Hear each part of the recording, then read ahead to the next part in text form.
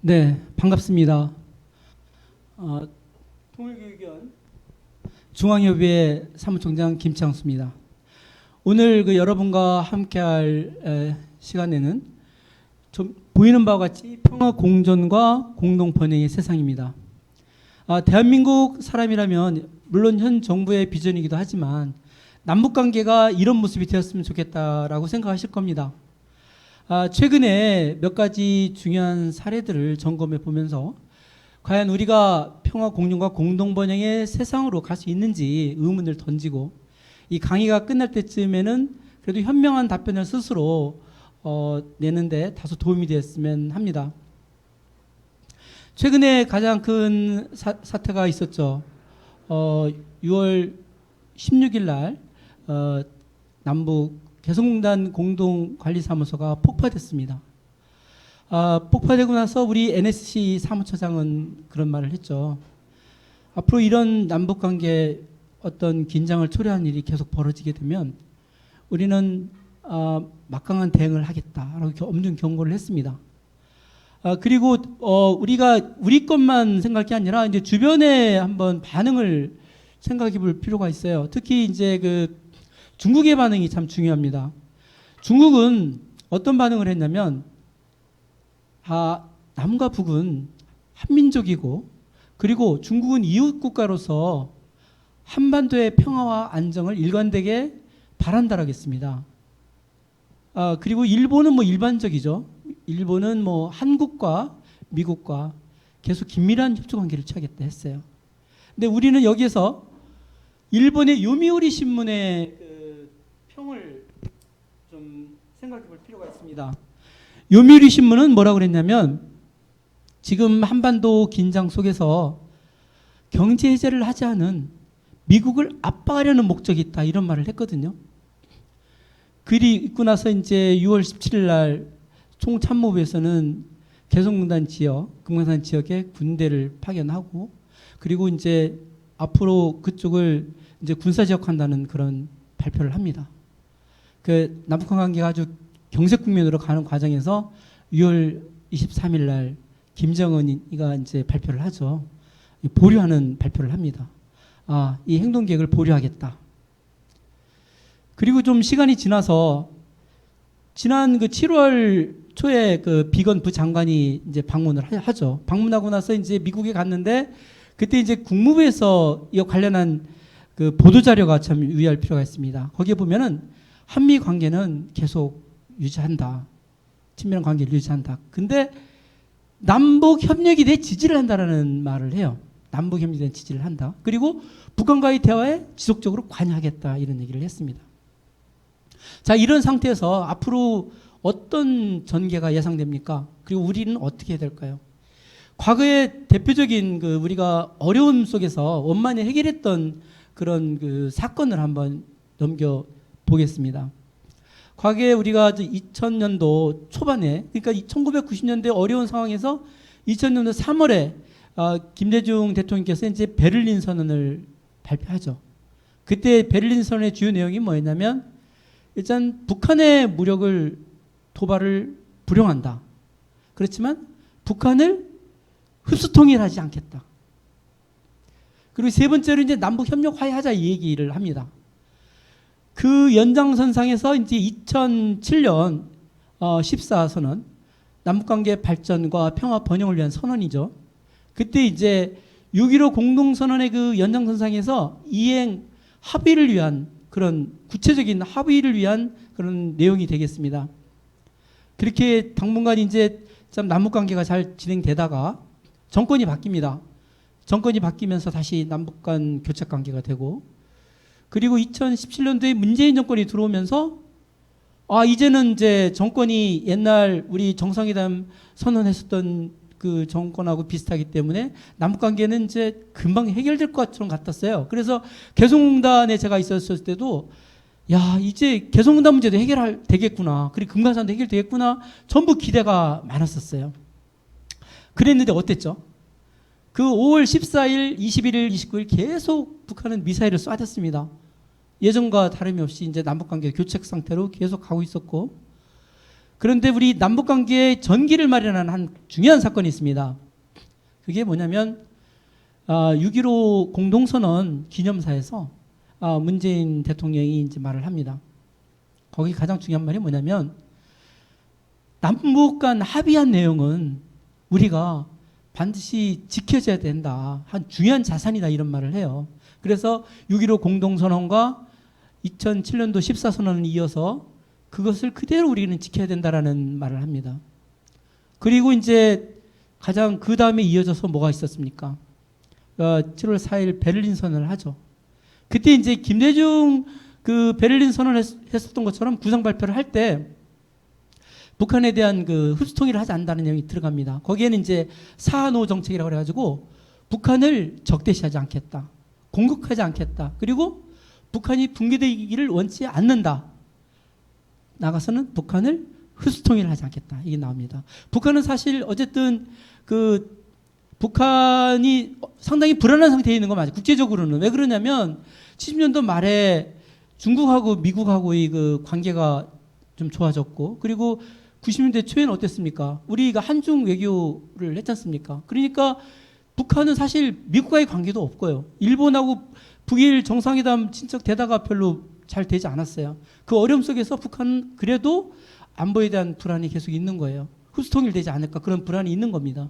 그런 가운데서 그 공통점은 북한을 흡수통일하지 않겠다라는 얘기는 북한 여건을 인정해 준다는 의미자.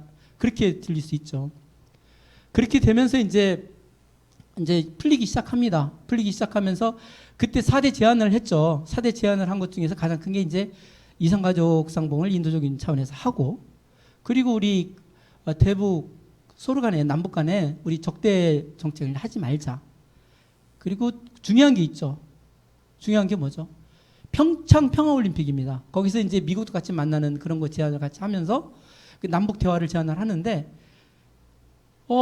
그 분위기 속에서는 금방 뭐 이제 남북 관계가 이제 전기를 마련해서 화해 무드로 갈 줄 알았는데 어땠습니까? 북한은 또 이제 9월 3일 날 육체 핵실험을 했지 않습니까? 근데 육체 핵실험 의미가 있어요. 보통 실험 6차까지 가야지 완성을 보는 겁니다. 그리고 더 나아가서는 11월 29일 날 뭘 하죠? 장거리 미사일 화성 15호를 쏩니다. 그러면서 핵무력 완성을 선포해요. 그거는 어떤 의미가 있냐면 미국이 전적에도 그 핵탄두를 장착한 미사일이 날아갈 수 있다는 거거든요. 그래서 막 전쟁 뭐 가냐 안 가냐 이런 얘기까지 왔었는데 결국은 평화올림픽에서는 미국, 북한 다 같이 만났지 않습니까?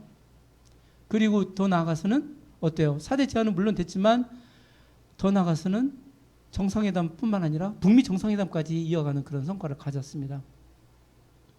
이제 본격적인 강의에 들어가기 앞서서 헬런 켈러의 말을 인용하겠습니다. 헬런 켈러는 너무 잘 아시죠? 우리가 보통 희망의 문이 하나가 닫히면 모두는 그 닫힌 문만 바라본다고 해요. 근데 다른 한쪽에 또 희망의 문이 열린답니다. 그래서 우리는 그 열린 희망의 문을 보는 안목이 필요하다는 생각을 해봅니다. 자, 강의를 이어가겠습니다. 그래서 평화통일 교육의 목표입니다. 우리 평화통일 교육의 방향과 관점이 2008년도 8월에 이제 나왔습니다. 이건 상당히 의미가 있습니다. 왜냐하면 이 통일교육이라는 것이 평화통일 방향과 관점이 나오기 이전에는 안보통일교육이었습니다. 안보통일교육. 그래서 안보통일교육은 상대를 의식하고 상대로부터 나를 보호한다는 걸 전제하에 통일을 하겠다는 의미고, 평화통일이라는 것은 어떤 그런 의미보다는 상대를 이해하고 공감하기 때문에 통일로 가자는 의미예요. 상당히 중요한 거죠. 그래서 우리가 평화를 전제로 한 통일로 가는 이런 실현 의지를 함양하는 것이 중요하다. 그리고 또 이제 북한이라는 나라, 북한은 어쨌든 우리가 화해와 협력의 대상이기도 하지만 한편으로는 경계 대상이기도 합니다. 그래서 그런 측면에서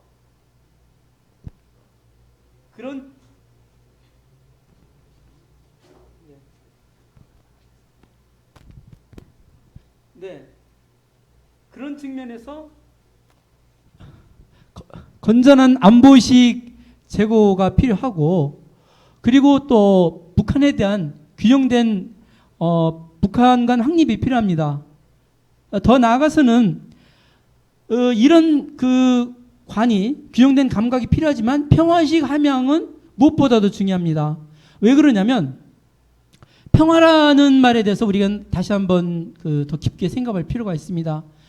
우리가 왜 평화의식 함양이 필요하냐면 평화를 전제로 하지 않는 통일이 되면 그 분쟁의 소지가 있기 때문에 결국은 언젠간 분열이 되거든요. 그 평화라는 말은 결국은 서로가 도움이 될 수 있는 관계가 유지될 때 평화의식이 확산이 되는 겁니다. 우리 한번 주변에서 쉬운 예를 한번 볼까요? 우리 형제 간, 동료 간, 친구 간에도 마찬가지예요. 국가 간에도 물론 마찬가지입니다. 나는 충분히 가지고 있으니까 난 너 무조건 줘도 난 많이 남아. 그러니까 우리는 계속 평화를 유지할 수 있어? 아닙니다. 어떤 식으로든 주는 관계, 받는 관계가 돼야 돼요. 부모와 자식 간에도 마찬가지입니다. 우리가 뭐 물질적이든 정신적이든 꼭 같은 걸 주지 않더라도 서로가 부족한 것을 채워줄 수 있는 관계가 되지 않으면, 서로가 도움될 수 있는 관계가 되지 않으면 평화는 유지될 수가 없습니다. 그런 측면에서 남과 북 간의 관계는 서로가 함께 하면서, 서로가 교류하면서, 서로가 도움을 주고, 서로가 발전하는 관계라는, 그 공동 번영이라는 것이 선순환 과정입니다. 평화 공존과 공동 번영이라는 것은 뗄래야 뗄 수 없는 관계예요. 이게 평화가 영속되기 위해서는 공동 번영이 돼야 됩니다. 그래야지 평화가 안전하게 유지가 될 수 있는 겁니다. 그리고 끝으로 우리가 민주 시민의식 고양, 그러니까 결국 우리가 즐겁게 살고 평화롭게 산다라는 것은 뭐죠? 인권, 자유가 바탕이 된 우리 민주주의를 실현하는 그런 기본 질서, 보편적인 가치를 영위할 수 있는 그런 교육이 돼야 된다는 거죠. 그런 측면에서 우리 평화통일교육이라는 그 중요성을 한번 새겨볼 필요가 있습니다. 우리 그 평화통일교육의 그 전체적인 이해를 위해서 큰 목차를 3개로 구성해 봤습니다. 크게 우리는 또 역사를 알아야 됩니다. 우리나라 역사가 얼마나 위대한지 우리가 한번 조망해 보고, 그리고 남북 간의 관계가 갈등과 대립의 관계가 있었고, 그 가운데서도 협력과 대화의 남북 관계가 계속 있었습니다.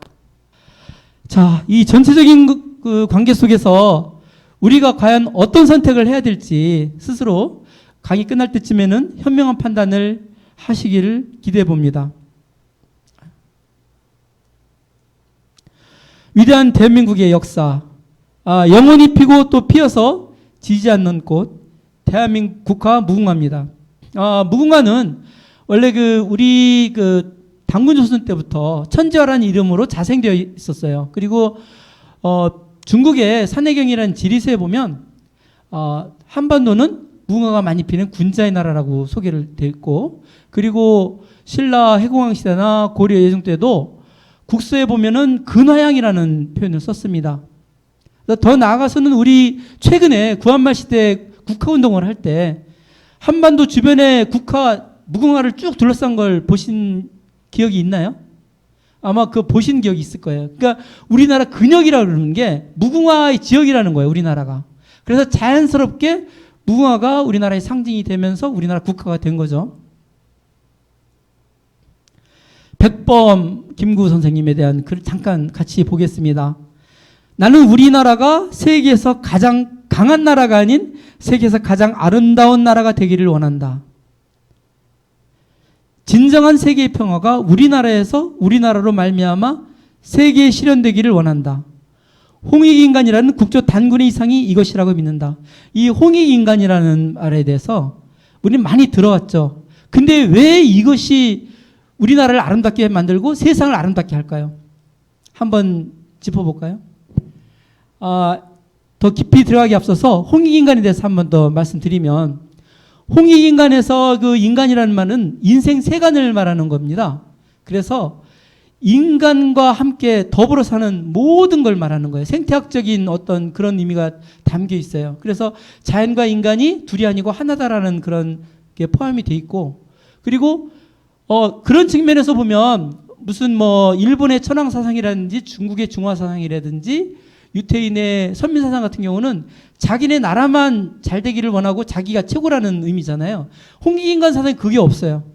아주 보편적인 가치라고 볼 수 있죠. 우리 그 관련돼서 몇 가지 좀 짚어보고 또 이어가겠습니다. 천부경에 보면 본신본 태양학명 인중천질이라는 말이 있습니다. 천부경은 우리 고대로부터 내려온 경전이 되겠습니다. 여기서 본신본은 사람의 마음이 우주 만물의 근본과 같아질 때는 아주 밝게 될 거고 태양학명 밝게 될 것이고 그렇게 밝은 사람의 몸에서는 인중천질 하늘과 땅이 하나가 된다 이런 말이에요.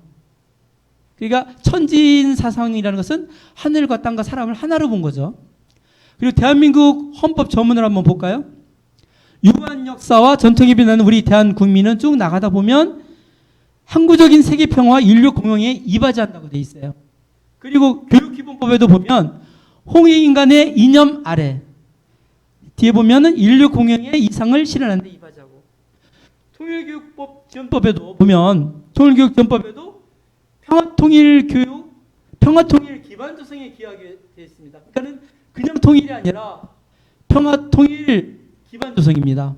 평화가 전제된 통일이 됐을 때, 즉 평화가 전제된 통일이라 하면 우리가 정말 그 잘 지내는 평화 공존하는 그런 상태, 그렇게 공동 번영하는 상태, 그런 관계 속에서 통일이 되는 것을 그 통일 교육의 기본으로 한다는 거죠.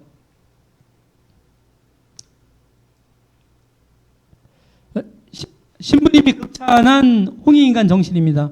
이분은 게오르교 신부님이신데 홍익인간이라는 고조선의 통치이념은 지구상에서 가장 위대하고 완벽한 법률입니다.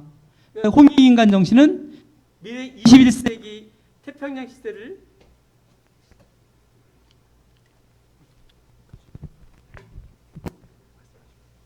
이거래요.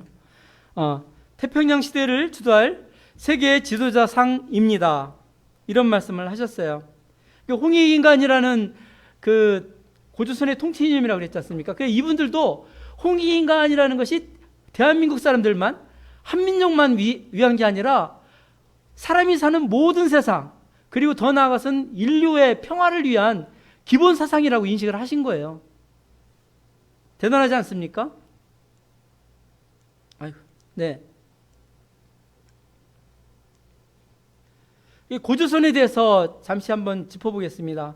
3대 가륵당군 때 일반 백성들이 사용하기 쉽게 한글의 원형인 가림토 문자를 만들었다고 돼 있어요. 이 가림토 훈민정음의 원형으로 보이는데 어디 비슷하십니까? 비슷하죠. 이 3대 가륵당군이라는 그 내용은 단군세기라고 돼 있죠. 단군세기에 나와 있는데 이 단군세기는 고려 공민왕 때 문정공 이암이라는 분이 쓴 그 편년체 역사서예요. 그래서 이분은 이제 그 당군왕검, 1대 당군왕검부터 47대 고열가 당군까지 2090년간의 고조선의 역사를 쓴 역사서가 되겠습니다. 넘어가겠습니다. 훈민정음의 뿌리 가림토 문자, 여기에 대한 근거는 세종실록에 나와 있습니다. 업무는 모두 옛글자를 본받아 되었고 새 글자는 아니다. 그리고 업무는 전 조선시대에 있었던 것을 빌어다 쓴 것이다. 이렇게 돼 있죠. 다음을 한번 볼까요? 천문학으로 증명한 고조선입니다. 물론 이제 단군세기 13대 단군에 대한 내용입니다. 오행성 결집 오성치루라는 말이 나와요. 여기는 이제 그 오성치루라는 이 말이 나오는 것을 서울대학교 고천문학 박사이신 그 박창범 교수님께서 컴퓨터로 재현을 했습니다. 그때 상황을 분석을 한 거예요. 그래서 그걸 찍은 게 이 사진이 되겠습니다. 그래서 단군세기에서 기술한 내용과 사실상 역사가 맞다라는 것을 입증하는 내용이 되겠습니다. 일제히 한국사 왜곡과 말살, 일본 총독, 조선인은 조선 역사 모르게 하라, 이런 내용인데 여기에는 배경이 있습니다. 우리 그 한민족의 역사는 유구하기도 하지만 우리 선조님들은 대단한 분이셨어요. 일례를 들면은 우리가 병탄되고 나서 뭐 금방 숨진 게 아니었습니다. 우리가 1910년대만 해도 한 전국적으로 한 10만 명 정도가 의병을 하던 그 일제 한가다가 돌아가신 분이 한 10만 명 정도 돼요. 그리고 우리 3.1운동이 하루에 일어난 게 아니지 않습니까? 3.1운동이 3월 1일부터 시작해서 4월 말까지 1920년도에 그 박은식 선생님의 한국 독립운동 지열사에 보면 그때 3.1운동에 참여한, 전국적으로 참여한 우리 대한 국민이 그 당시에 200만으로 추산되고 있고요. 그리고 돌아가신 분만 7,509명으로 이렇게 표기되어 있습니다. 그러니까 일제는 그랬던 거예요. 아니 1910년도에 병탄하고 나서 10년이나 됐는데도 이렇게 막 200만 명, 도저히 이 나라를 어떻게 자기네들이 무력은 할 수 없겠다 했던 거예요. 그래서 그때 이제 문화정치를 표방하면서 3대 총독이 들어서면서 이 말을 한 거고, 말은 표면상으로는 문화정치지만 오히려 한국사 왜곡을 더 잔인하게 한 거죠.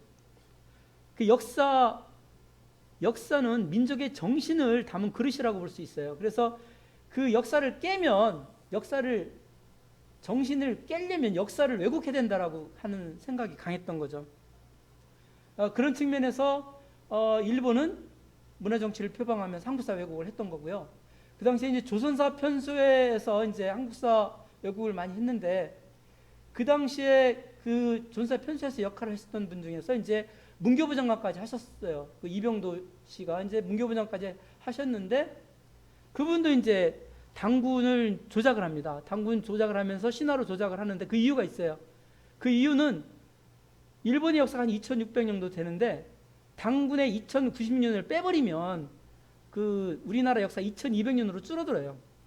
그런 부분이 있었고, 그런 차원에서 이제 일본의 역사를 이제 우리나라보다 더 크다, 더 길다라는 것을 이제 왜곡을 한 거죠. 여기에 대한 뭐 내용은 상당히 많습니다만은, 그래서 열등의식 심어 한반도인을 동화에서 왜곡 시체까지 지시했다, 이런 얘기가 나와요. 근데 최근에 보면 이제 우리는 사색당파하고 못난 민족이다라는 얘기를 뭐 일부 사람들이 옛날에 일본의 잔재예요. 그게 사실 우리가 사색당파라는 것이 어떻게 보면 어떤 분들은 그걸 좋게 표현하면 우리 지금 정당 정치의 기준 표본이라고도 보시는 분도 있고 붕당 정치의 표본이라고 보시는 분도 있어요. 벗붕자 아닙니까? 그렇게 하고 우리나라는 좋은 제도가 상당히 많습니다. 대표적인 것으로 보면은 옛날에 화백제도 같은 경우도 토론을 하다가 틀리는 사람이 있으면 토론을 계속하면서 의견을 접촉해가지고 만장일치될 때까지 이렇게 밤새 토론을 하는 그런 문화가 있었습니다. 우리나라에는. 그렇게 우리나라 역사는 좋은 문화들이 많은데 그런 부분들을 이제 아주 안 좋은 부분만 왜곡해서 그것을 들춰내는 그런 역사 왜곡을 많이 한 거죠. 그 당시에 이게 왜 가능했냐면 우리나라의 그 민족계열 역사학자들이 없었던 게 아니었어요. 많이 있었습니다. 특히 뭐 단재 신채호 선생님이라든지 위당 정인보 선생님이라든지 뭐 많이 있었습니다. 그분들이 이제 그 독립운동 때문에 외부로 나가시고 그리고 6.25 때 이제 납북되시고 하면서 그 틈을 틈타서 이제 조선사 편수에서 일을 했었던 그런 친일 역사학자들이 사실 국사학계를 거의 상당 부분을 차지하면서 왜곡되는 데 역할을 한 거죠. 다음을 한번 넘어가 보겠습니다. 네. 이 부분이 이제 그 팩트인데, 이분은 좀 전에 제가 말씀드린 이병도 씨가 돌아가시기 전에 이제 참회글을 올린 거예요. 이분은 이제 문헌 사학자예요. 그래서 그 많은 고서들을 보고 그 부분들을 이제 자기가 실질적으로 아는 거예요. 근데 그 왜곡한 그 장본인이기도 하지만 돌아가시기 전에 이제 이분의 친구가 있어요. 최태영 박사라고 서울대학교 친구인데 이분이 야, 너 죽기 전에 사실을 얘기해야 되지 않느냐 해가지고 조선일보에 1980년 10월 9일날 실은 내용입니다. 단군은 신화 아닌 우리 국조다. 역대 왕조의 단군 재산은 일제 때 끊겼다. 그리고 요와 함께 개국했고 기자보다 앞서 입국했다. 웅녀는 곰 토템족 여자고 천신족 환웅과 결혼했다. 이런 내용이에요. 이런 사실을 보면서 이분의 역할을 해서 이분의 그 참회 글을 올리게 된 역할을 하신 분을 보면 이분입니다. 최태영 박사님. 이분은 한국 상고사, 한국 고대사를 생각한다. KBS 대화에서 이 당시에 이분이 100세였었어요. 100세. 이분이 이제 105세 때 돌아가셨는데 이분은 서울대학교 초대 학장이면서 법대 학장이면서 대한민국 최초의 법학 교수고 한국사 상고사 연구의 권위자이세요.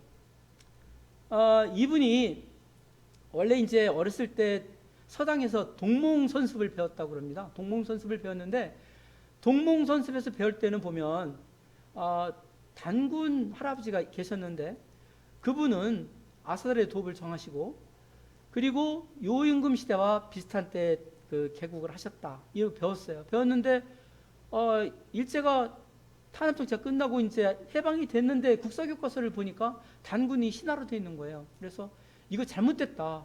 그때부터 이분은 이제 바로잡아야 되겠다 해서 그 연로하신 나이 70대 이후에부터 이제 고대사에 심취해가지고 세계를 돌아다니기도 합니다. 뭐 러시아, 중국, 일본까지 가는데 일본에 있는 학자들하고 한 얘기가 참 우리가 되새겨 볼 말이 있어요. 일본의 학자가 이런 말을 합니다. 우리가 한국의 역사를 왜곡한 거 다 안다. 그런데 거기에는 그럴 만한 이유가 있었다. 우리 역사를 왜곡해서 우리가 한국인보다 낫다라는 것을 해줘야 자긍심도 생기고 근데 그것 때문에 그런 자긍심을 심어주고 그리고 그 왜곡을 한 결과 결국은 그 힘으로 청일전쟁, 러일전쟁에서 이겼다 이런 얘기를 합니다. 그래서 상당히 우리는 다시 한번 생각해 볼 필요가 있어요. 그래서 지금 우리는 이제 우리 민족 문화에 대한 어떤 성찰을 통해서 그 좋은 점들을 그 어떻게 보면 남북 관계나 남남 갈등에 해소하는 데도 좀 도움이 될 수 있는 걸 활용할 수도 있습니다. 지금 실질적으로 우리 국학에 대한 우리 선도 문화에 대한 연구를 하고 국민 교육을 하는 데가 있습니다. 사단법인으로 해서 이제 국학원이라는 데가 있는데 2004년에 이제 개원을 해서 천안에 있는데 거기에서 사실 옛날에 그 중국에서 동북공정을 막 그 시도했지 않습니까? 고조선은 자기네 뭐 그 한 그 부족의 일부다. 그러면서 전적으로 이제 중국의 그 편청 정책을 아주 외국을 통해 가지고 시도했던 그런 사례가 있었는데 그때 앞장서서 그것을 막았던 것도 이제 그 국학원에 있었던 그 역할이 컸었습니다. 그만큼 이제 이런 측면에서 보면 이제 기회가 되시면 천안에 있는 국학원도 한번 다녀가 보시면 좋겠습니다. 자, 이제 우리가 얼마나 위대한지 살펴보았고요. 갈등과 대립의 남북 관계도 한번 보겠습니다. 1950년 6.25 전쟁 너무나 잘 아실 거예요. 우리 그 국방부 군사편찬연구소 자료에 의하면 한국군이 62만, 북한군 93만, 중국은 100만. 그 전체적으로 한 1,800만 명의 피해가 있었습니다. 대단하지 않습니까? 지금 이런 전쟁, 이 당시에는 그래도 재래식 무기였는데 다시 전쟁이 일어난다면 어떤 미래학자는 이런 얘기까지 해요. 앞으로 지금 전쟁은 서로 그 엄청난 무기 때문에 전쟁이 안 일어나지만 일단 터지면 원시대로 돌아갈 수 있다라는 말 하시는 분도 있어요. 상상치 못하는 일들이 벌어질 수 있습니다. 과연 우리가 바람직하게 바라보는 건 아니겠죠. 자, 한번 또 보겠습니다. 북한의 도발. 68년도, 76년도, 68년도에는 뭐 청와대 습격 사건이 있었고요. 그리고 이제 70년도, 이거는 이제 8.18 도끼 만행 사건인데, 이때 사실 전쟁이 재발할 뻔 했어요. 이때 어떤 일이 있었냐면은, 지금 휴전선은 이제 남북, 북한하고 우리하고 이제 떨어져서 이제 선을 긋고 이렇게 경계를 섰는데, 이때 이 전만 해도 공동 경비구역이어서 북한군이랑 남한군이랑 서로 섞여서 근무했었어요.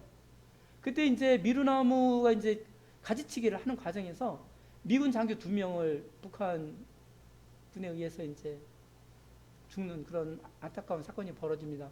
그때 미국은 전쟁을 준비했습니다. 그래서 핵무기를 탑재한 그 비행기를 띄웠고요. 그리고 항공모함도 출동을 했고, 그때 김일성 주석이 8월 21일 날 유엔군 사령부에게 메시지를 보냅니다. 미안하다, 잘못했다.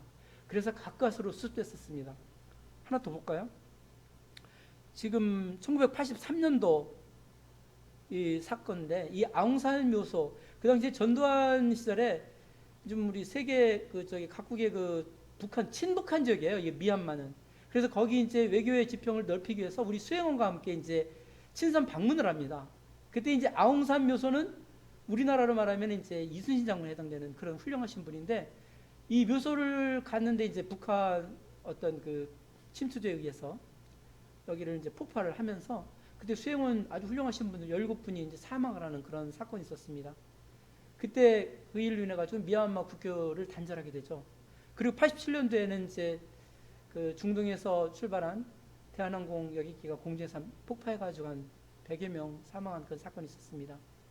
뭐 일부 이제 88년도 88 올림픽을 저지하기 위한 하나의 북한의 책동이라고도 보고 있어요.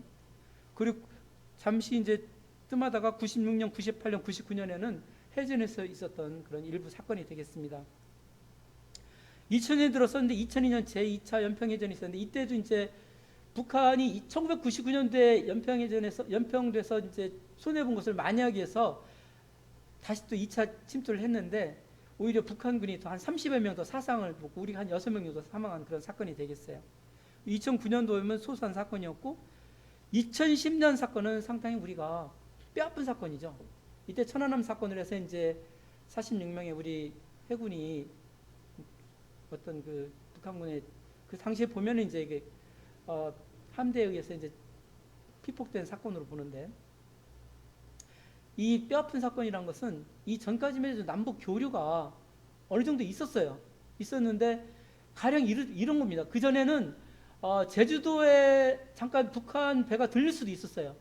그러니까는 그 뭐 기름이 떨어졌던 제주도에 서서 기름 채워도 가고 그런 적이 있었는데 이 사건으로 인해 가지고 남북 교류를 전면 중단하고 북한에 있는 선박도 제주해협을 지나지 못하게 하는 그런 사건이 있었어요.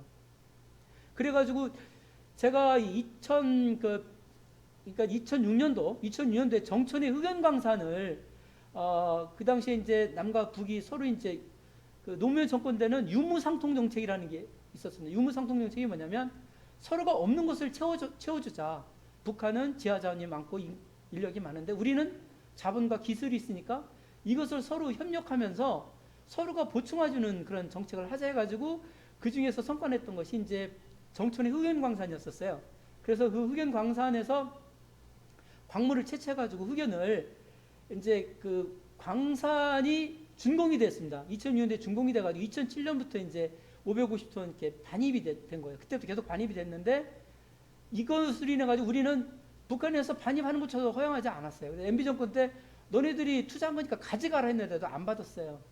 그 2010년이 그런 사건이었고 좀 안타까운 사건이었습니다. 그리고 2015년에는 뭐 그 남북한 접경 지역에서 지뢰 사건 있었던 거죠. 자, 한번 보겠습니다. 핵실험 2006년 1차로에서 2009년, 2013년 3차 이때부터 이제 중국이 북한에서 공조보다는 좀 반대를 하는 입장에 들어섰고 유엔에 좀 찬성하는 입장에 들어섰고 2016년 4, 5차, 2017년 6차부터는 북한에 이제 전면적으로 이제 그 제재에 가담하는 유엔의 제재에 중국이 가담하는 그런 상황이 됐죠. 근데 6차까지 가면은 핵실험 완성으로 보는 겁니다. 그래서 이제 6차까지가 의미가 있는 거고 장거리 미사일 발사는 2006년, 2012년, 2016년에서 2017년도 11월 29일 날 미국 전역에까지 도달하는 화성 15를 하면서 완성을 했습니다. 지금 밑에 보이는 사진이 뭐죠? 뭐 같습니까? 이거는 그 5월 25일이죠. 그때 이게 이제 풍계리 핵실험장 폭파한 사건이에요. 그러니까 우리가 4월 27일 2018년 4월 27일 우리 판문점 선언하기 전에 남북 관계가 이제 좋아지면서 4월 22일 날 이제 김정은이가 전인대회에서 그런 얘기를 합니다. 중앙이 그 전인대회에서 무슨 얘기를 하냐면 풍계리 핵실험장을 폭파하겠다고 선언을 했어요. 그리고 이제 우리가 판문점 선언하고 그리고 나서 북미 정상회담까지 연결되는 그런 모양으로 갔었습니다. 근데 북미 정상회담이 있기 전에 외신을 다 불렀어요. 외신을 불러가지고 이제 미국, 영국, 러시아, 중국, 한국까지 해서 이제 외신을 불러서 그 풍계리 핵실험장을 폭파하면서 한반도에 더 이상 핵이 없는 것을 완전한 핵포기를 하도록 하겠다. 핵포기 선언을 이제 한번 실적으로 보여준 거였었어요. 그때 재미있는 것은 미국의 폭스사의 뉴스입니다. 그때 폭스사의 뉴스는 어떤 거였냐면 야 너네들이 지금 풍계리 핵실험장을 폭파했는데 그거는 외신들만 갔지 전문가들이 참관하지는 않았잖냐. 그거 믿을 수 있냐 이렇게 했어요. 그리고 나서 이제 북미 정상회담 하면서 남북 간의 합의를 존중한다라는 말이 나옵니다. 그리고 9월 19일에 이제 평양에서 공동선언 할 때 뭐가 나오냐면 그 얘기가 나오거든요. 그러면 좋다. 동창리 핵미사일 발사 기지는 전문가 참관 하에 폭파하겠다. 이것도 조건 없이 하겠다 했었어요. 그 당시에. 그리고 그 대신에 영변 핵시설은 미국의 상응 조치에 따라서 폐기하겠다. 이렇게 나옵니다. 그리고 이제 남북한에 협의하면서 그때 아마 뉴스 본 분들은 아실 거예요. 야, 이거 남북 관계가 금방 되고 뭐 미국도 그렇고 미국은 남북 간의 합의를 존중해주고 9월달 평양에서 분위기 보니까 장난 아닌 거예요. 그리고 2차 북미 정상회담하면서 다 이루어질 것 같은 거예요. 야, 이제 뭐 다 됐다 싶었는데 그때 왜 남북 간에 뭐 얼굴이 밝았고 또 김정은이가 하노이에서 2월 27일 날 볼 때 얼굴 되게 밝았지 않습니까? 그죠? 그 이유가 왜 그랬냐면 합의가 어떻게 됐냐면 영변의 핵을 폐기하겠다라는 것이 결정을 한 거예요. 북한에서는. 그렇기 때문에 그럼 다 끝났다. 왜? 남북 합의를 미국이 존중해주기로 했고 그리고 미국의 상응 조치에 따라 영변 핵시설을 폐기하겠다고 했으니까 이건 무슨 미국의 상응 조치가 있겠다라는 것을 전제로 생각한 거예요. 근데 까쳤습니까? 했는데 미국은 어땠습니까? 그때 참 안타까운 것은 영변의 핵시설 폐기하고는 안 된다. 다 폐기하라. 미국의 기본적인 정책 노선은 선조치예요. 그러니까 무조건 일괄 폐기를 하고 그리고 나서 상응 조치를 해주는 거예요. 근데 북한은 안 그렇죠. 선신뢰 조성을 하고 동시행을 하자는 거예요. 그래서 이제 그 단계적 폐기를 하겠다는 건데 중국하고 러시아는 지금도 북한하고 입장이 똑같습니다. 그래서 그 당시에 이제 미국에서 일각에서는 야, 북한의 핵 문제는 그렇게 장기적이고 간단히 해결할 문제가 아닌데 점진적으로 해결해야 되고 어차피 좀 이렇게 완화시켰으면 해야 되지 않느냐 그런 얘기가 나왔었어요. 그 모든 걸 다 너무 많은 걸 요구하는 거 아니냐. 그리고 나서 나왔던 게 이제 그 다음에 최선희 부장 그 전문 평양 전문 내용 보면 이런 내용이 있습니다. 합의 과정에서 그 일단은 그 합의를 하고 미국이 북한이 합의에 이행하지 않으면은 다시 또 제재를 가는 형식으로 하다 보면 약간 이렇게 그런 분위기를 가다 보면 되지 않느냐라는 얘기도 있었다는 얘기를 해요. 그리고 이제 우리 그 한미 공동 장관끼리 만나면서도 포괄적 합의라는 얘기가 나오거든요. 그리고 폼페이 장관 그때 그 현지에서도 그런 얘기를 합니다. 북한의 핵 문제는 실질적인 진전이 있다면 뭐 어느 정도 좀 그 나름대로 의미 있겠다라는 얘기를 해요. 거기에 언지는 뭐냐면 너네들 다 폐기하고 나서 우리는 그 다음에 상조치를 하겠다는 게 아니라 어느 정도 너희들이 그 핵폐기 수순으로 가면은 거기에 대해서 우리도 좀 하겠다라는 것을 보여준 거거든요. 그래서 이제 그 비슷하게 나온 것이 이제 그 굿 이너프 딜이라는 거예요. 그냥 포괄적 합의를 하고 큰 거래를 중간에 할 수 있는 그런 그 접점을 시도하는 그런 과정으로 보시면 됩니다. 다음 보겠습니다. 계속 그러네. 평화 협력과 대화의 남북 관계를 보겠습니다. 남북 대화는 이제 71년에 이산가족을 위한 그 적시자 회담으로 시작을 해서 72년도에 7.4 공동성명을 하죠. 그리고 나서 그 다음에 73년도에 6.3 특별 외교선언을 하면서 야, 이제 남북 관계가 이제는 뭐 되나보다라고 했었어요. 근데 73년하고서 85년 12년 동안 아무것도 없어요. 우리는 여기에 대해서 한번 생각해 볼 필요가 있습니다. 왜 그러냐면 73년도에 보면은 마치 우리가 많이 양보한 것처럼 말은 하거든요. 처음은 남북한 간에 이제 북한 국제기구 반대 안 한다. 뭐 얼마든지 가입해라, 같이 하자 이렇게 해놓고 단서를 딱 붙여요. 단 북한을 국가로 인정하는 것은 아니다. 사실 70년대 초반까지만 해도 북한이 우리나라보다 그렇게 못하지 않았어요. 우리가 70년대부터 이제 북한을 앞질르기 시작한 거지 그 전까지만 해도 경제적으로 그렇게 북한이 우리보다 못하지 않았습니다. 어떻게 보면 안타까운 부분이 왜냐면 우리는 우리가 문제가 어느 정도 해결되면, 남한이 어느 정도 안정되면은 북진 통일을 해서 북한을 흡수통일하겠다는 것이 잠재적으로 있어요.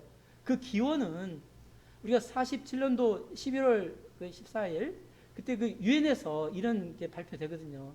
유엔 감시하에 평화 통일을 남북한에 하는 것을 이제 지원해주겠다. 그 대신에 이제 총선거를 해라라는 그런 결의가 있었어요. 그랬을 때 우리는 50 총선거를 했지 않습니까? 근데 북한은 어땠어요? 그때 거부를 했지 않습니까? 우리는 거기에 이제 집착을 하는 거예요. 우리는 유엔이 인정한 국가고 북한은 뭐 그때 거부했지 않냐. 너네들은 국가라고 볼 수 없다라는 것에 집착이 된 거죠. 그런 부분이 이렇게 어려운 그런 환경을 계속 조성하게 됐고, 그 다음에 이제 85년 이제 적십사회담으로 다시 시작하면서 88년도에 노태 정권 때 북방 정책을 하면서 77 선언을 발표하죠. 이 이제 10월 달에 이제 경제 개방 조치를 하면서 비로소 이제 대우 임거공이 들어가면서 서서히 남북 관계가 좀 좋아지는 것처럼 갑니다. 90년대, 2000년대까지 이렇게 가고 있죠. 보겠습니다. 남북교류 협력과 인도적 문제 해결 추진, 철도 도로 연결입니다. 2004년 이제 도로, 2007년도 철로가 되고, 그리고 2008년대는 실적으로 한 11개월 정도 판문점과 그 북한 지역과 우리 그 문산 지역 간에 서로 철로가 운행이 됐었습니다.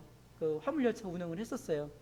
그러다 이제 중단이 됐고, 2018년에 이제 다시 이제 판문역에서 어땠습니까?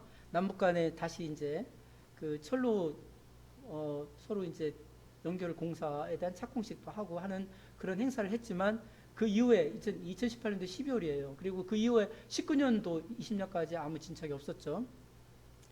금강산 개성 관광 98년도부터 2008년까지 193만, 2005년부터 2008년까지 11만입니다. 저는 이제 2008년도 때 그때 참 그 기억으로 안타까운 것이, 처음에는 이제 남한 사람들만 가다가 외국인들도 가기 시작했었어요. 그때 이제 그 실적으로 설악산에서 하루 자고, 속초에서 하루, 설악산 관광을 하고 속초에서 하루 자고 금강산으로 가는 루트 관광이 되게 많았었어요. 이거 딱 끊기면서 속초가 다 죽었고 설악산도 같이 상당히 어려워졌었습니다. 참 안타까운 거예요. 안타깝고, 그 개성도 이제 같이 2008년에 같이 이제 문을 닫게 됐죠. 그리고 개성공단 사업 2004년에 시작해서 2010년 2월에 이제 나왔는데, 이 개성공단 사업에 대해서는 우리가 한번 짚어볼 필요가 있는 게, 당초에 이제 그 2천만 평이에요. 2천만 평이었는데 제가 있었을 때, 제가 이제 개성공단에서 근무할 때 개발된 것이 44만 평이거든요. 그러니까 100만 평의 44%예요. 100만 평의 44%니까 20분의 1이죠. 그죠? 그러니까는 100만 평인데 100만 평을 다 한 것도 아니에요. 그러니까는 그 실적으로 한 20배 정도의 규모라고 보면 엄청난 거예요. 그렇죠? 그 당시에 개성공단에 제가 나올 때 한 근로자가 한 5만 5천 명 정도 됐었는데, 그 당시에 실질적으로 그 개성공단에서 일하는 근로자들이 달러를 하나도 받지 못하지 않느냐, 그거 다 정부로 들어가지 않느냐, 이제 그거를 이제 문제를 많이 제기했지 않습니까? 근데 사실 외환관리법상 그 북한 사람들이 달러를 가져갈 수는 없어요. 그거를 달러를 주진 않지만 기본적으로 자기가 달러를 얼마 받는다는 것을 다 확인을 하게 돼 있어요. 그 서명을 하고, 그리고 이제 거기에 이제 일부 세금을 제하고 나서는 그 달러에 해당되는 것을 물품으로 받습니다. 물품으로 받고 일부는 이제 북한 돈으로 받습니다. 그리고 실질적으로 제가 나올 2015년 12월 기준으로 해서 평균 한 217불 정도 이제 수령을 했는데, 우리나라 돈은 한 25만 원 정도 되죠. 근데 그 금액으로 우리나라 노동자를 쓸 수 없어요. 왜냐하면 근로자의 그 수준이 우리나라 수준하고 거의 비슷하다고 보면 되고, 베트남의 한 2배 정도 됩니다. 사실 개성공단 초창기 때는 정말 어려웠어요. 왜 어렵냐면, 어느 정도였냐면, 이 사람들이 이제 자본주의 학습이 안 되다 보니까 실적으로 열심히 일해야 된다라는 거에 대한 개념이 없어요. 그래서 지붕을 고쳐야 된다고 해서 올라가는 2, 30이 올라가서 아무 반응이 없는 거예요. 2, 3일 걸려도. 올라가 보니까 담배나 피우고 건등건등 놀고 대충대충 하고 있는 거예요. 우리는 한 두세 명이 올라가면 금방 해결할 수 있는 일을. 그리고 처음에 공단에서도 물건이 양산되는 과정에서 처음에 불량품도 많았어요. 처음에 초창기 때는. 근데 이제 인센티브가 들어가죠. 여러분들이 이거 만든 물건에서 그 불량품은 쓸 수가 없고, 그리고 이제 제대로 된 물건에 대해서 어느 정도 인센티브가 가고, 그리고 궁극적으로 이제 제가 법인장 회의를 주관하면서 그 법인장 얘기 중에서 재밌는 얘기를 들었어요. 너네들이 만든 물건이 다 남한에 가면 남한 사람들이 쓸 텐데 실질적으로 그 어떻게 생각하겠냐. 그러면서 이제 민족적인 자긍심도 은근히 끼워주면서 불량률이 줄어들었습니다. 그래서 2016년대 정도에는 그때까지 가면서는 뭐 거의 불량률이 거의 없었다고 보시면 돼요. 그래서 좀 안타까운 부분이죠. 그런 부분은. 그리고 뒤 한번 볼까요? 개성공단 지역이 서울에 더 가깝죠. 평양 160km인데 서울까지는 뭐 보시는 바와 같이 1시간 거리예요. 반밖에 안 되죠. 그리고 근로자 쭉 올라가는 뭐 125개 기업 5만 5천 명까지 가는 그런 그래프가 되겠습니다. 출퇴근 모습입니다. 그리고 야경입니다. 네. 자, 이거 보면서 참 안타깝고요. 특히 저는 이분의 그 의견을 한번 참 의미 있게 들어야 돼요. 이분은 이제 3인당을 지내신 분이에요. 그리고 이제 빌리 브란트 그 총리의 그 비서를 하면서 기본조약을 체결하는데 상당히 역할을 하셨던 분이고, 그리고 이분이 그런 말을 했어요. 나도 독일 통일안을 위반하며 개성공단 같은 것은 생각도 못했다. 독일도 저랬으면 천문학적 통일병을 없앨 수 있었겠다 싶어 너무 놀랐다. 저 탁월한 통일 방안이 얼마나 놀랍고 또 놀라운가. 남북한의 그 민족이 부럽다. 이런 말을 했습니다. 이분은 그 당시에 그 동서독 통일을 하면서 제가 2012년도에 독일을 갔었을 때 그때 이제 그 연구관하고 얘기를 하면서 그때는 남북한 관계는 뭐 거의 없었어요. 교류가 거의 없었고 그나마 유지된 것이 개성공단이었어요. 개성공단. 그 당시에 그 얘기를 하더라고요. 남북한은 어떻게 보냐 그러니까 그 사람 얘기가 동서독과는 너무 다르다. 동서독은 자기네들은 인적 물적교를 엄청나게 했고 실적으로 2천만씩 왔다 갔다 했대요. 그리고 그 뭐 방송도 다 볼 수 있었고. 근데 너네들은 뭐 방송뿐만 아니라 인적 교류도 되지 않고 교류도 되지 않지 않느냐. 상당히 위험하다고 그러더라고요. 위험하다고. 전쟁이 언제인지 모르 위험하다. 근데 서로 간에 이제 모르는 상태가 위험한 거를 이제 행동을 취하는 거예요. 모르니까 행동을 취하는 거거든요.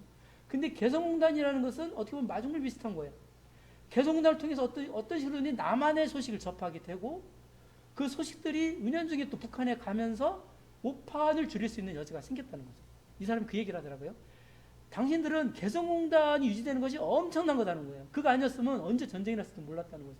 그것 때문에 아마 그 국제적인 어떤 협력 관계라든지 국제 투자도 아마 이루어질 수도 있겠다라는 얘기도 하더라고요. 그 정도까지 얘기를 하더라고요. 남북한 관계가 꽉 막혀 있어 언제 전쟁이 날지 모르는데 누가 거기다 투자하겠느냐 그런 얘기까지 하면서 조언을 하나 하더라고요. 지금 어렵지만 정말 전혀 관계가 없는 것 같은 정치적인 거 말고 경제도 어렵다 그러면 청소년 교류라도 좀 했으면 좋겠다. 왜냐면 앞으로 이제 미래 세대는 청소년 세대인데 걔네들이라도 좀 서로가 오가면서 어느 정도의 그 서로를 알아가는 과정이 필요하다. 우리가 어떻게 행동하는 것이 바람직한 것인지 서로가 문제의식을 갖고 준비하는 과정이 필요하다. 그러려면 신체도 부딪히고 이렇게 만나는 그런 게 필요하다.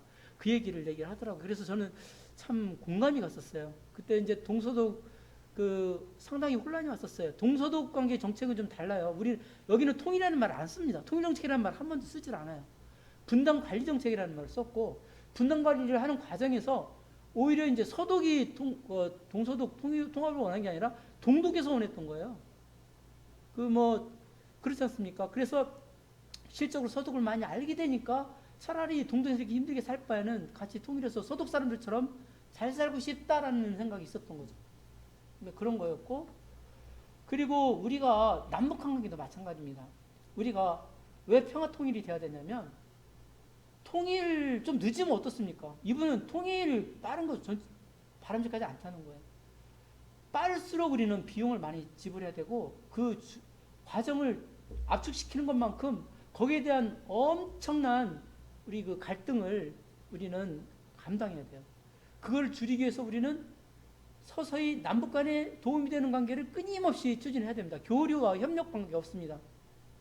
그래서 2007년도에 그 14 선언할 때 그 이후에 이제 남북 교류하면서 합의사항 내용 중에 해수공단 얘기도 나왔거든요. 합의 다 했었어요, 그때.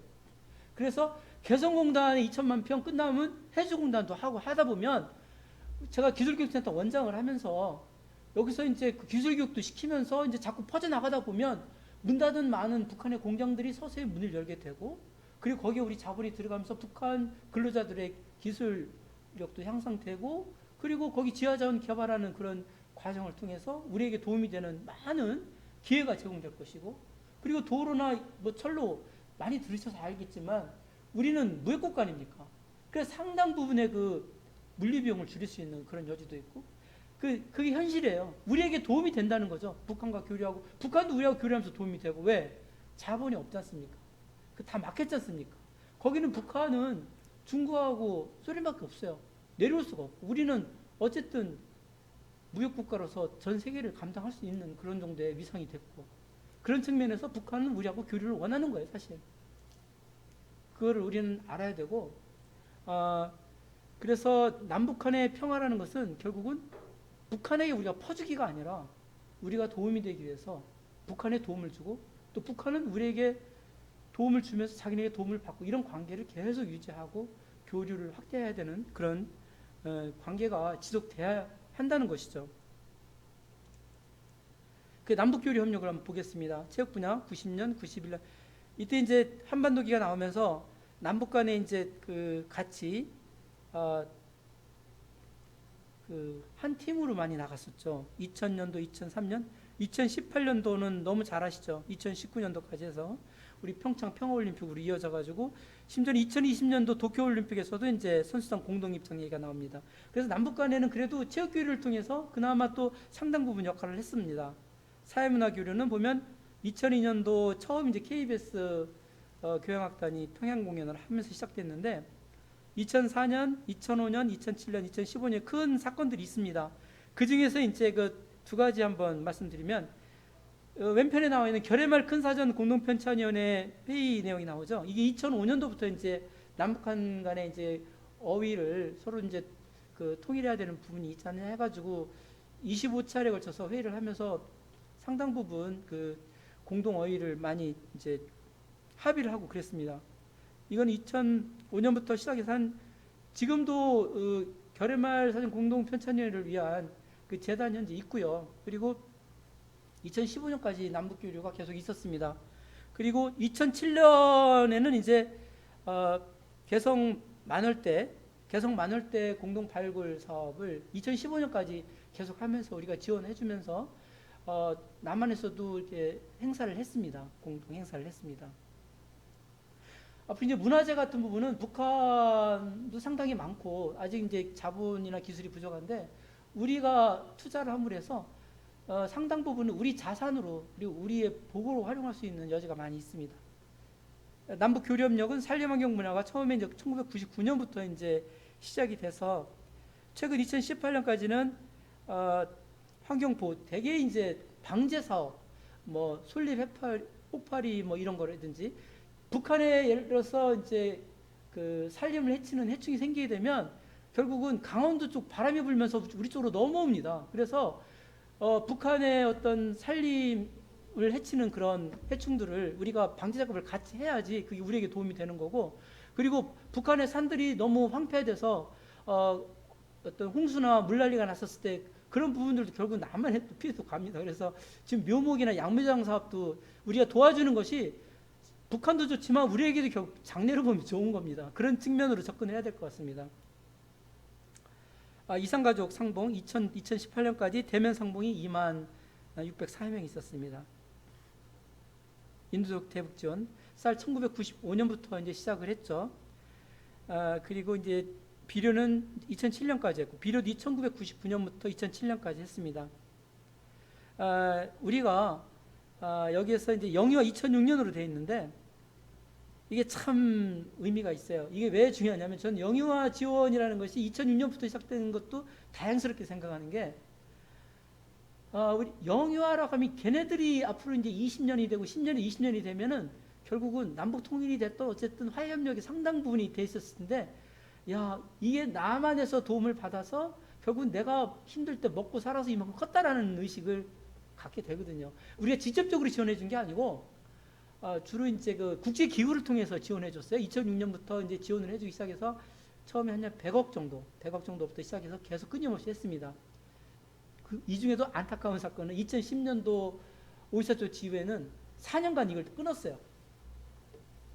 2010년도 오이사초 4년간 끊었다 2014년도부터 다시 또 재개를 했습니다. 최근까지도 이건 영유아 지원은 국제기구를 통해서 하고 있고요.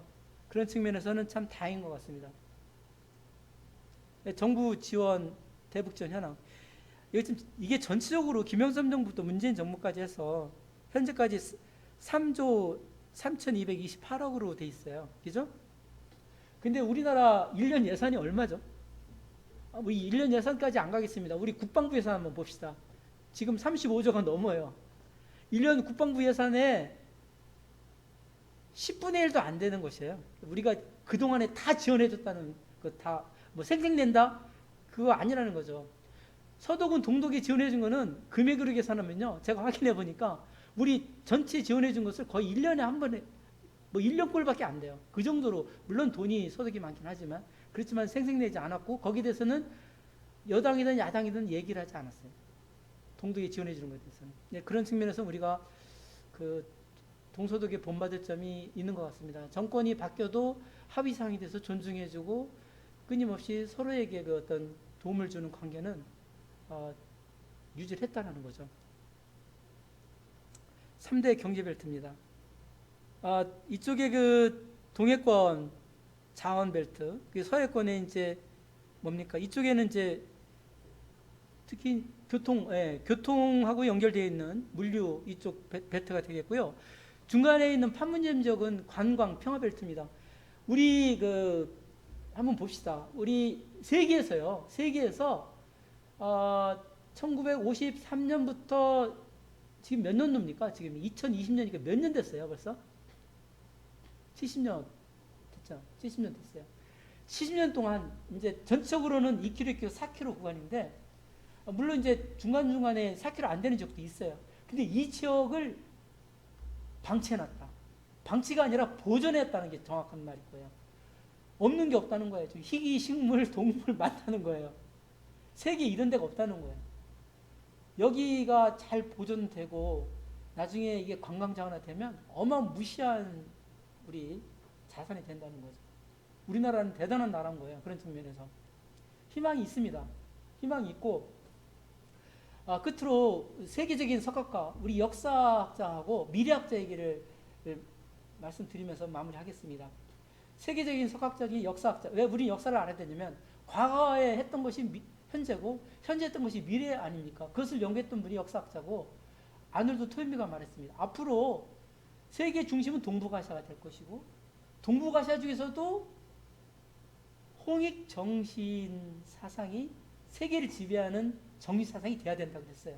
그거는 왜 어떤 나라에 국한된 정신이 아니기 때문에 함께 잘 살고 함께 잘하자는 내용이고 그리고 최근에 6월 15일 날 모 일간지하고 인터뷰에서 구글이 선정한 미래학자인 토머스 프레이라는 다빈치 연구소 소장이 한 말이 있습니다. 포스트 코로나19 이후에 보면 한국은 정상을 넘어가는 수준이다. 대단한 나라다. 과거에 그 자원 빈국이고 정말 못 사는 나라에서 지금은 부유국이 되었고 자원 기술 강국이 되었다. 앞으로 세계에서 어려운 문제가 생기면 지금 한국은 뭐 하지? 이런 그 관심을 갖게 될 것이고 한국은 패스트 팔로우가 아니라 패스트 무버다. 한국이 앞으로 끌고 가는 지도자급이 된다라는 거예요. 이 희망과 비전을 갖고 강의를 마치겠습니다. 네, 감사합니다. 네. 제가 질문 하나 마무리하겠습니다. 네, 처음부터 끝까지 이제 통일 그리고 우리 분단 현실 대북 정책에 대한 큰 줄기를 가지고 강의를 잘 해주신 우리 김창수 사무총장님께 다시 한번 감사드리고요.